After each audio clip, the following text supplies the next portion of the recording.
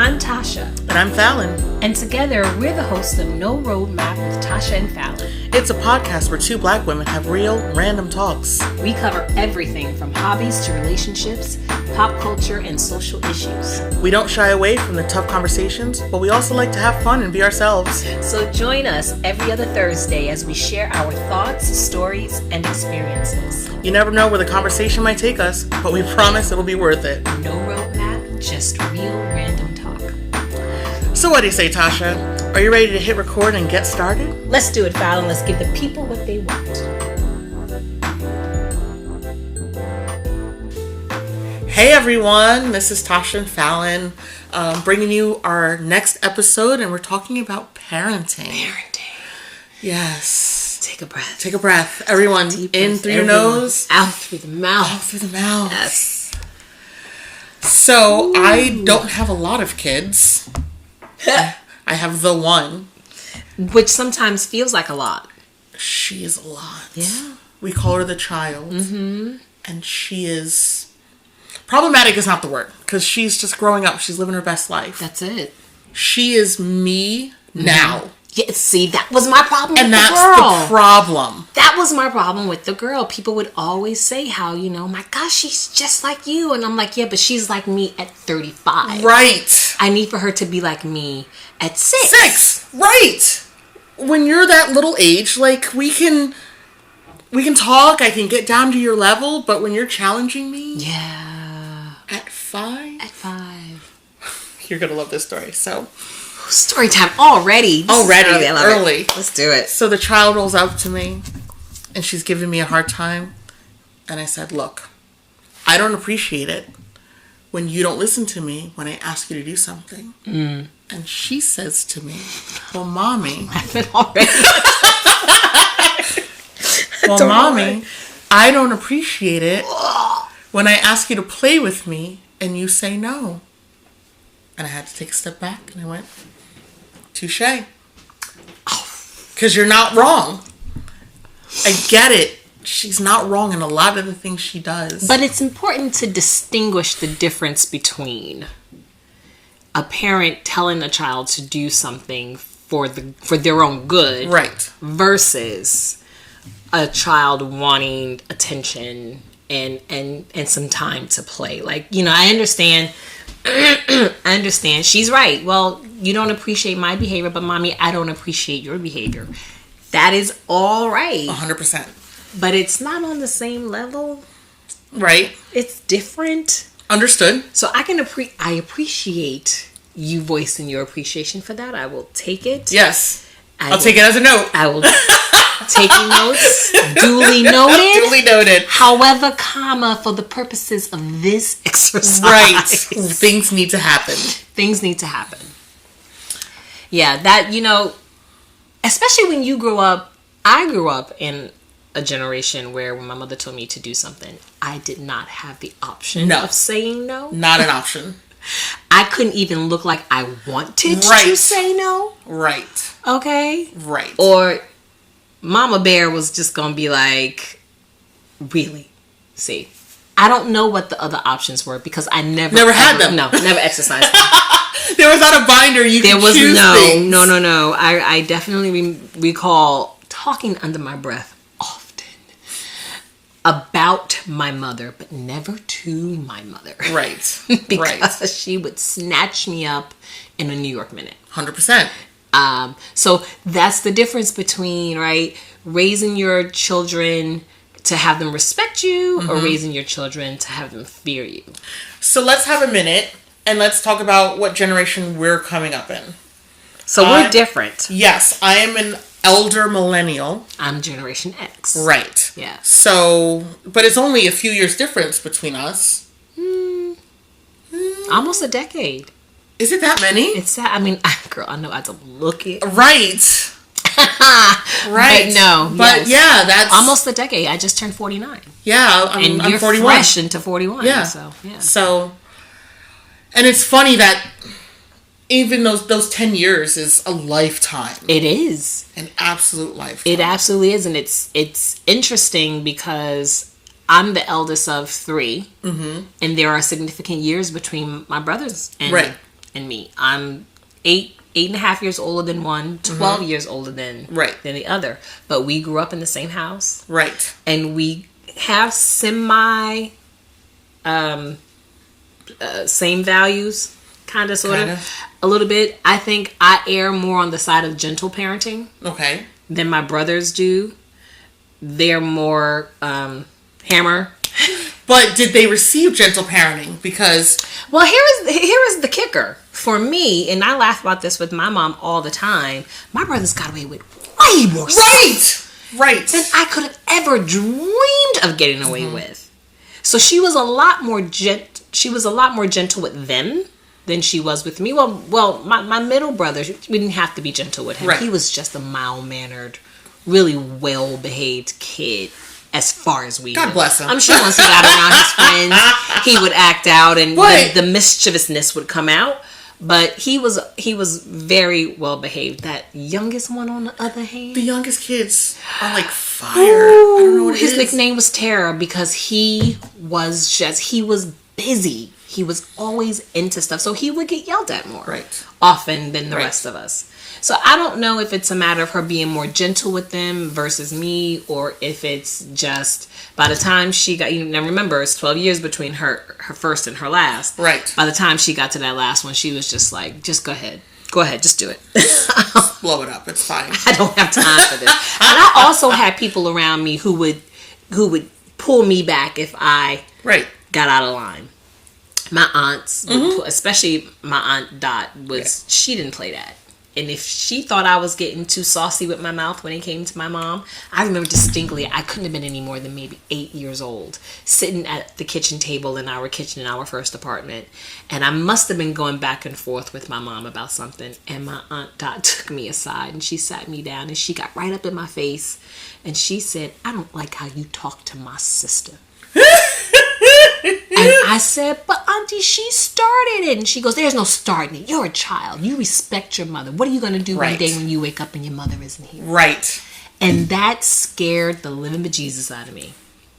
Because at the moment, I wasn't happy with my mother. Right. But you didn't want her to not be there. I didn't want her to not be there. So that was enough, I think, to kind of get me on the straight and narrow. And then her two girls, her youngest girls, are my older cousins, would take me aside and be like, "You're a brat.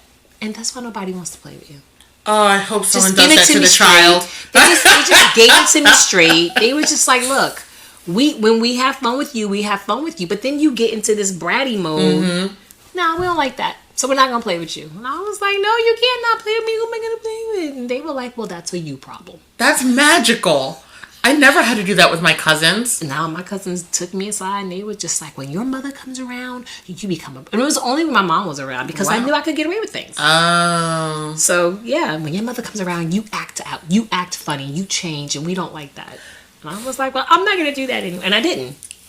And now we're the bestest of friends. They're my older sisters. I love them to death. But yeah, so I think growing up in a different generation, the way my mom brought me up is kind of sort of how I wanted to bring the girl up. But I also wanted to be able to sit down and have like open communication with her when things are bothering her. I want her to be able to tell me and feel safe in telling me when things bother her. But it got to a point where I was literally having adult conversations with a 7-year-old. Well, I'm in that mode now. And it's so funny. I want her to be tougher. And whatever I'm doing is not raising her to be tougher. And it's driving me batty. So, what makes you think she's not tough?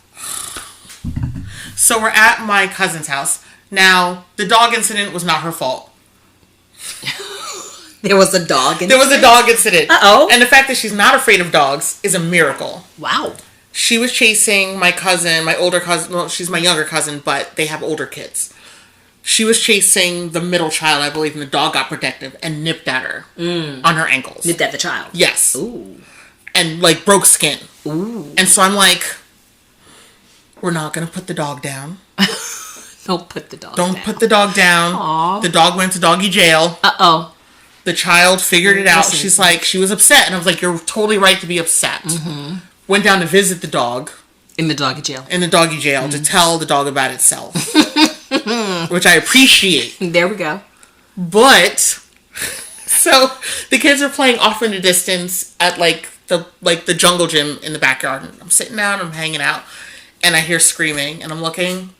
The only one crying is my child. It's not that big of a deal.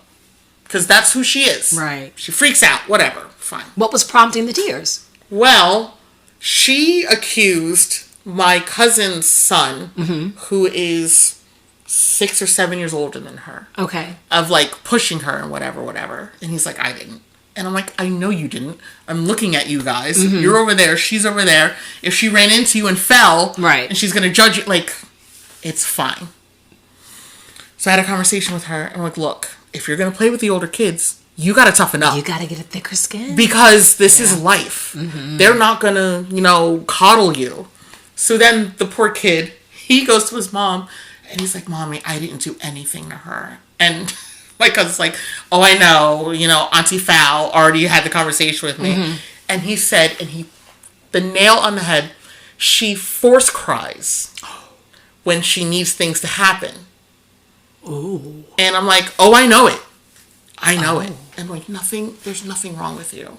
Right. So last week, she's in baseball school, so she's in t-ball.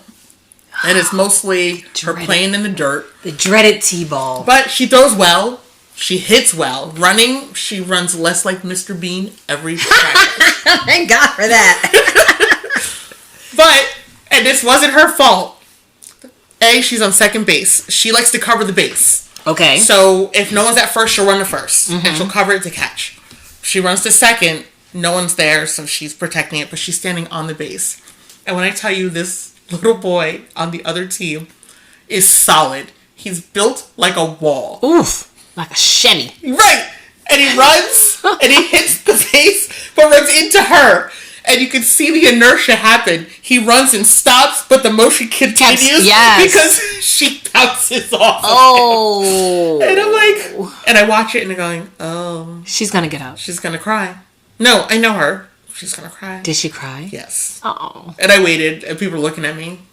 She just fell on the ground. It's like... So you see how you have a delayed reaction? You don't jump up right away? No.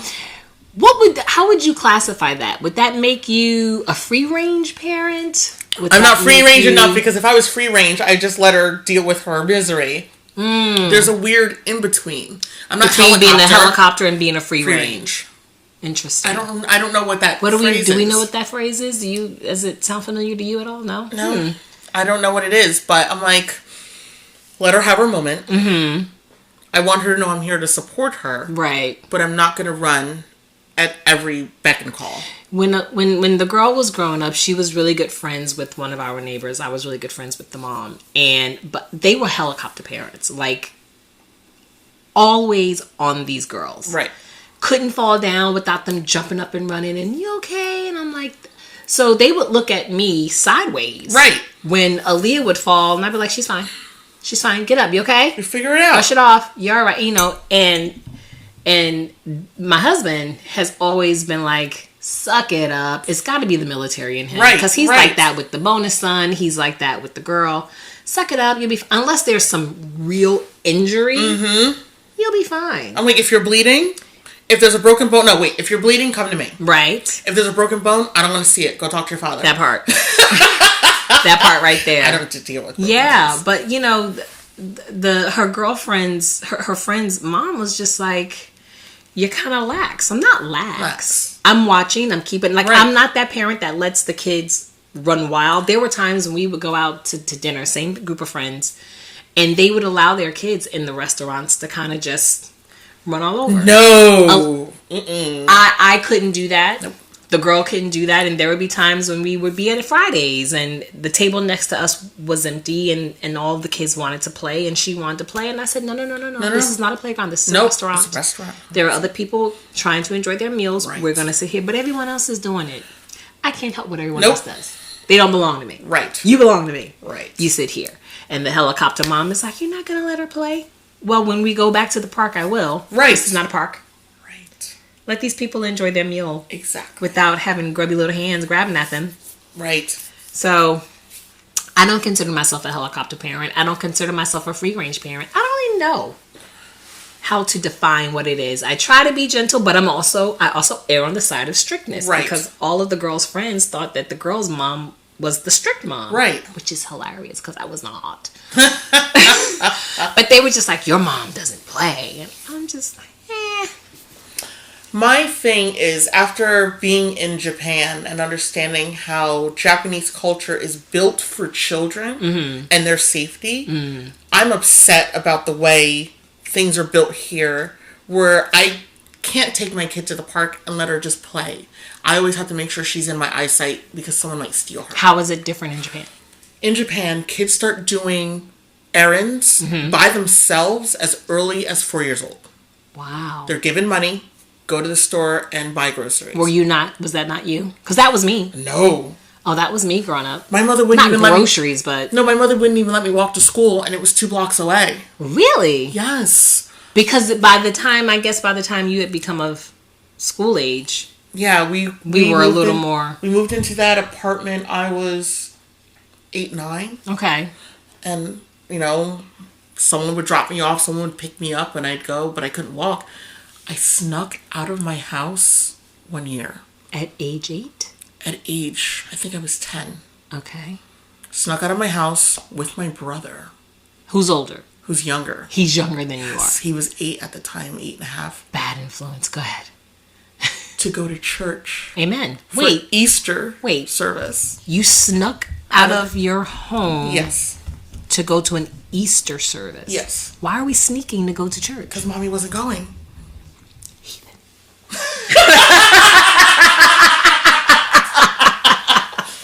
What would Jesus do? Don't tell my mother. She will have to skip this episode. Mommy, I snuck out of the house to go to church. You're not a heathen. Exercising your right. No, I'm totally a heathen. That is a different episode. I've been asked to leave only one church, but it was the same church twice. We are definitely going to circle back because I need to know that story. But anywho, so you took your little brother. And we went to church. And you went to church. Yeah. I know. And you had to sneak to do that. I did. I was a rebel. Look at you, without a cause. I had a cause. It was I had a cause. It was Jesus. Jesus. It was Jesus. He was my cause. He is my Lord and Savior. Thank you. No, well, that's the reason. Because I didn't talk like that. That's the reason why I asked not to. We'll talk about that in another episode. Ay. Yeah. I've lived a life. Yeah, let's write all of this down. No one's writing anything down. We're the worst. Look, I know, and I have my computer here to take notes, and I'm taking nary a note. Wait, can we talk about how your computer looks like a composition notebook? Because I love it. Look. Oh my god. Because my iPad has it too. Wait, that's amazing. Because when I go out and I leave it, no one cares about a composition notebook. Oh my gosh, that's so smart. They don't care. They're like, oh, you left your notebook. And then they pick it up and they're like, this is really heavy. That's what genius. I know. You're brilliant. I don't remember which friend. A friend of mine has it. That's so smart. I'm going to steal that idea. But anywho, circling back. Tripling back to, so your mom wouldn't allow you to go to church or go to school by yourself, even though you live 2 blocks away. No. Okay.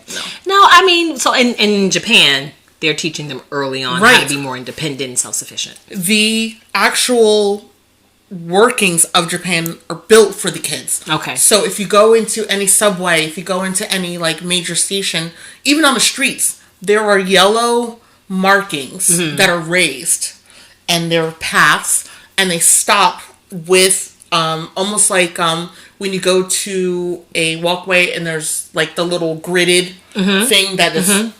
There are parts like that are built to show kids where to stop to catch the bus, where to stand in line for catching the train.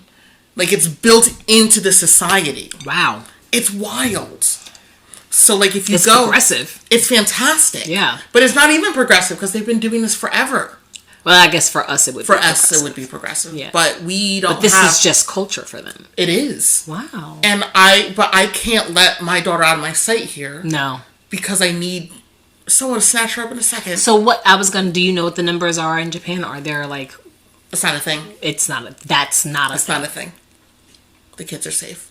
Wow. I was listening to a podcast where this family moved to Japan and the kids were going to a Japanese school, and one of the kids was threatened to be kicked out of school because he couldn't stop talking during the morning walk because all the kids met and lined up, and you had to be one behind the other.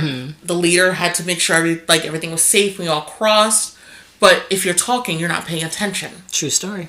And they were like, he's distracting. Yeah. And he can't be in this. It's disruptive. It's disruptive to their safety. And so I'm like, I wish. Can you please just move to Japan? For just the next 10 years. 2 years. Just 2? Just 2. Okay. She'll figure it out.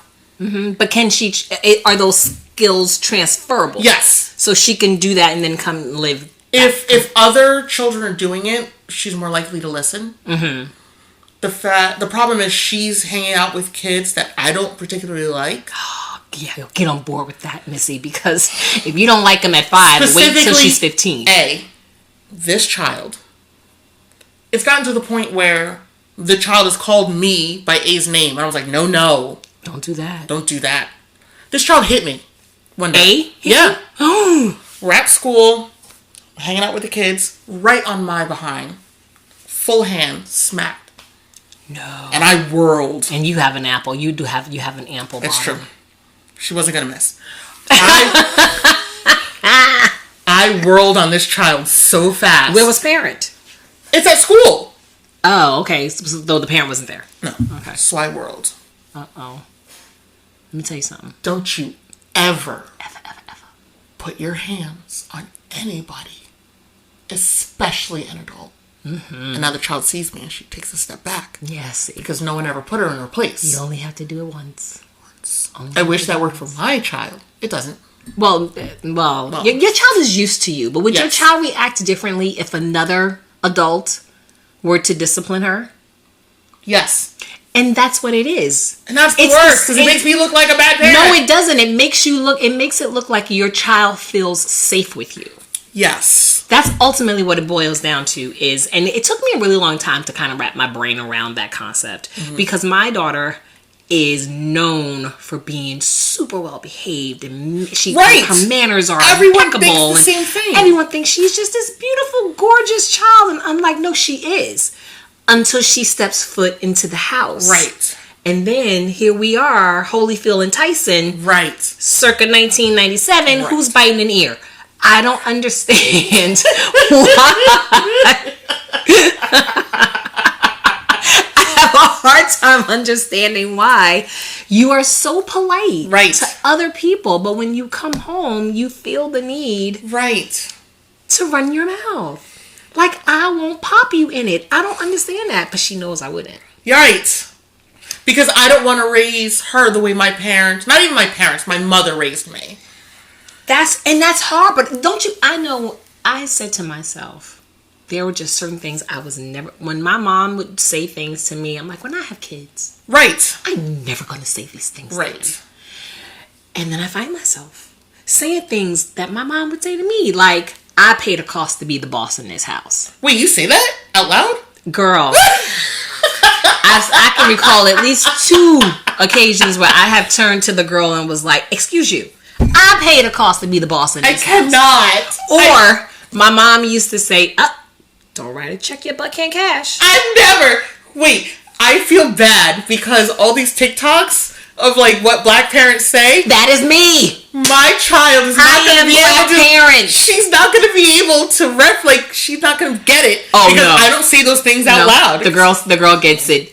She actually, look, exactly. And it's not too late, apparently. It's not. She's only 5. Oh my god. You've got Wait, years. But I did catch myself. I was like, oh, you smell like the outside. Go take a shower. Yeah. Or I used to tell them, don't you get on that bed in those outside clothes. Go change your clothes. Yes. That I do. And her girlfriends would be like, I don't understand the difference. Like, the difference is she was playing outside in those clothes, and now she wants to come and sit on her bed, and now all of that's going to go over her. No. Go. And I have to go to the laundromat to wash your... No. It's not like I can take it downstairs and throw it in the washer and dryer. I have to actually put it in a bag and then put that bag in my car and then drive to a separate place. Do that. Nah, son, we're not doing that. No. Go change your clothes. Right? That's so funny. The one thing I didn't say to her, she's gotten me there several times. I brought you in this world Never. And I could take you out. My mom used to say that to me all the time. All the time. All the time. Because I used to give her a lot of lip. Until my aunt dot took me aside and threatened me. She told me if she caught me doing it again, I was going to have a problem with her. And I didn't want to have a problem with Aunt Dot. At least you had I had an aunt. She wasn't a small woman. But she would get on me about my weight all the time. Oh. And I was not a large child. The hypocrisy. Are you sure you need that extra piece of cake? And I still, to this day, remember it. To this day, it bothers me. And then when she passed, I'm like, well. Uh-oh. That's all I said. That's it? That's it. Because I was a good person. See? And again, we come from a different generation. Totally different generation. Because when the girl put on a little bit of weight, when she was in between the prepubescent and I don't remember if it was my mom or my girlfriend's mom said something. It was so innocuous. Right. But it was enough that it hurt her feelings. Because she's always been, I mean, you see her now. Right, she's real thin. So she'd always been thin. And I turned around and I was like, I think you may have hurt her feelings. Right. And right. And it was my girlfriend's mother. And she said, well, I didn't mean to hurt her feelings. That's not the point. I was just observing. But that's also a generational thing. But that's a generational thing because the body that my daughter has is the body I used to have. Right. Prior to having her, I was a rail. Right. And after I had her, it took me a long time to get rid of some of that baby weight. And my aunt, I'll never forget my Aunt Dot and my Aunt Hattie. I love these names. Aunt Hattie, I had gone south for whatever reason, and I walk into the house, and Aunt Hattie's sitting there, and she looks at me, and she goes, hips getting mighty wide, ain't they, girl? Well, I was devastated. Of course you were. But I was just like, I just had a baby. She said, that girl 4 years old, you ain't just had no baby. Stop it. Wow, Aunt Hattie, way to just right in the middle of my chest there. And I'm Dot the same thing. Hey, Tasha May, hips getting mighty wide there, girl. I'm like, oh. So thankfully, I was the same weight before I got pregnant and then after I got pregnant. So there was no difference. Until after I had the child, it's literally like new child, 2 months old. My grandmother, love her to death. She's the best. So why are you all bald? Because you know, when you have kids, like your growth hormones and your hair's all full and then you start losing it. I'm like, Grandma, I just had a baby. This is what happens. And she's like, and why are you all fat? Woof. And I'm like, Grandma, do you see this? I carried that. I carried this and it just came out. Give me a minute. Give me a minute to snatch back. No, I didn't snatch back. There was no snatching to get back. Girl, I didn't snatch back to 20 years later. It is what it is. I'm working on it. Am I? I'm not working on it. Let me not lie. It's on my to-do list. It's on, I'm going to check it off. Listen. Number 20. You get there when you get there. Like I said, 20 years. It took 20 years. If I pick a sport and I start playing that sport, I will snatch back. There it is. I want to get back into cheerleading. Ooh. Bless you. I loved it. No. What was your sport? Stop it. People who know me well would be like, she was on a team. I don't know if she played. My sport was theater. No, I didn't get into theater until my senior year. I played field hockey for 3 years. Basketball for 1 year. Field hockey. That is so... It's very prep. Yes. I know where you're going. It's very prep. Thank you. Yes. I was a center for my field hockey team. I can't with you. Once upon a time, I played goalie until I got scored on like twice, and I was like, "No, that's not my position. This is not a position. Either wing or center." And I managed sports, so there were no sports for me to get into. Oh, that's another topic. I was that is. I was a cheerleader when I was in junior high, but we were more steppers than cheerleaders. Oh no, we did stunts. Oh no, people got hurt. No, we didn't do stunts. Oh, that is another topic for another day. It is. So then let me ask you this. In your home, do you and your husband, do you parent similarly? She knows she can play us against each other. And so when she's angry with one parent, she'll call the other one. I was like, look, whatever he says goes. Sorry, I didn't play that. I'm not. Not my business. Until he gets unreasonable or until I get unreasonable, we have to pull the other one side. Yeah. But no, the girl knew better. Even if we disagreed, Never in front of her. Yeah. You know, we would not even take that, a breath. like, disagree in front of her, but she knows, like, I'm going to talk to the manager, and the manager's whoever is not in front of her at the... Right. Oh, you don't do one of those things where she's like, I'm going to talk to the manager, and you do a 360, and you're like, yes. I wish. I am the manager. I am the manager. I'm the owner, proprietor. Right. I'm all of those things. That's so funny. No, the girl never did that. Well, no, I can't say she never did it. She tried it a couple of times. And every now and then, because Sarge wasn't always the keenest, he'd be like, oh, okay, that's fine. I'm like, why did you say okay? I said no. And he would say, well, I didn't know you said no because you didn't ask me. Sometimes we need to talk. I tell him, like, we have to pick our battles. Yes. And sometimes it's not that big of a deal. Sometimes we just have to go with it. Do you feel like your parents picked battles? I feel like everything was a battle in my house. Everything was a battle. It was either her way or it was no. Right, 100%. Yeah. We need to have a part 2 on this. Yeah.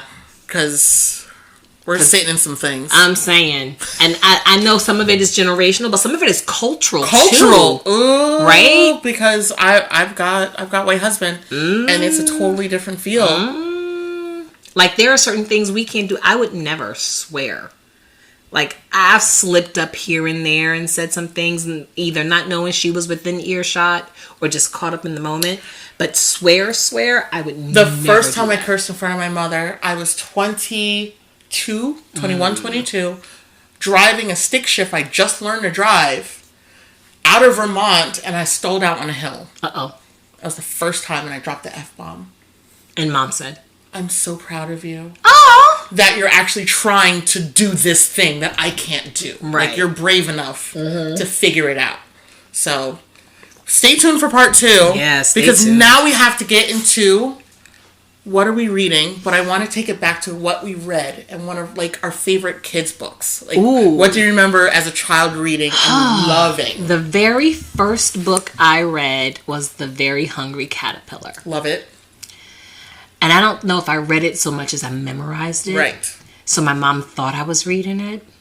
I was maybe 3 years old.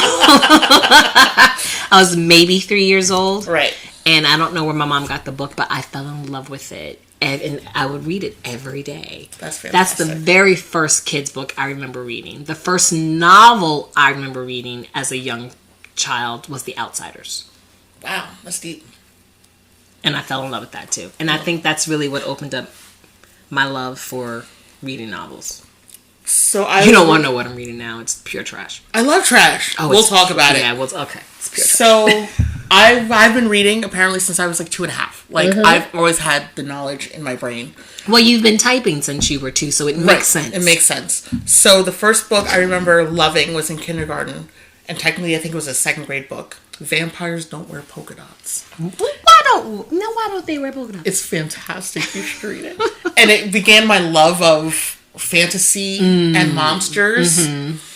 And I started reading like Goosebumps when I was way too young. Oh. And started reading like Goosebumps, R.L. Stein? Okay.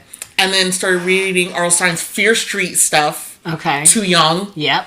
Because I was running out of things to read, and there was no young adult stuff. Yeah. In the in-between. Not when we were growing up, yeah. Really. So my first novel was The Season of Passage by, I think it's Christopher Pike. I love Christopher Pike! Fantastic. Oh my god, I love Christopher Pike. But I was in the 4th grade and not supposed to be reading those things. Okay, well no, you should, because I didn't learn about Christopher Pike until I was in high school, which is probably around the time you would have been in 4th grade. Right.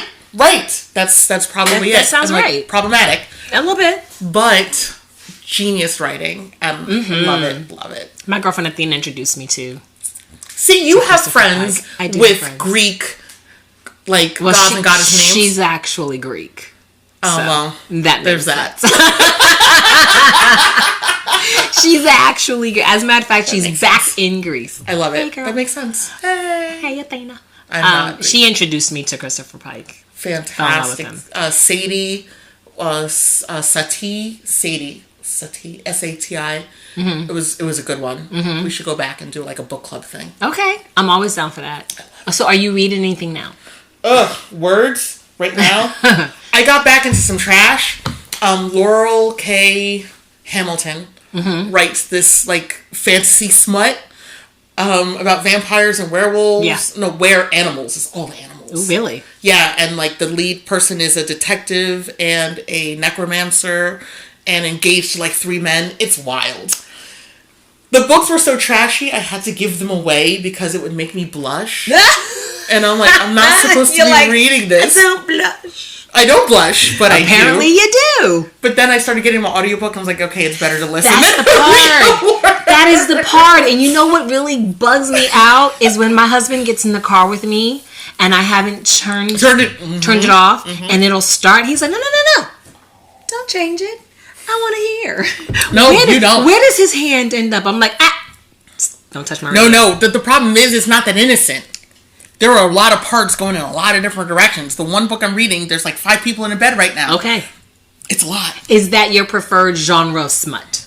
Yes. Okay. Yes. If there are vampires and were-animals. And goblins and oh my. Yeah. Okay. I don't want regular people. That's boring. Yeah, regular people. Forget regular people. Regular schmegula.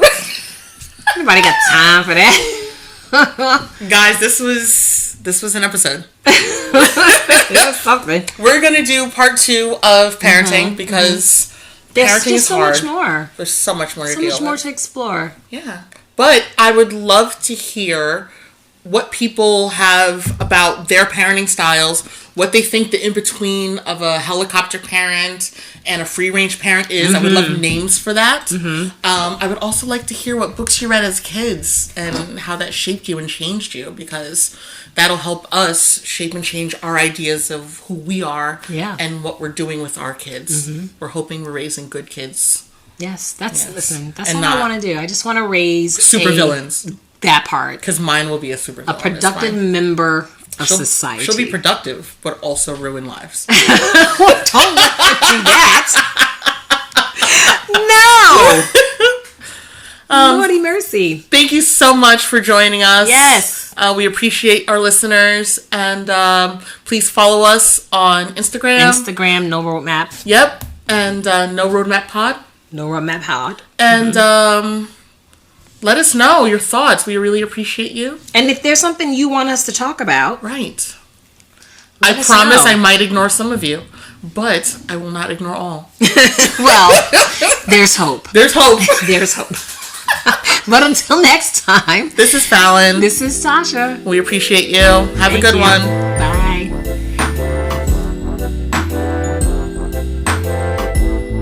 Thank you for listening to No Roadmap with Tasha and Fallon. Follow us on IG at No Roadmap Pod. Send us your questions, ideas, and reactions. Tell us all the things because we're going to tell you all the things. Until next time, bye.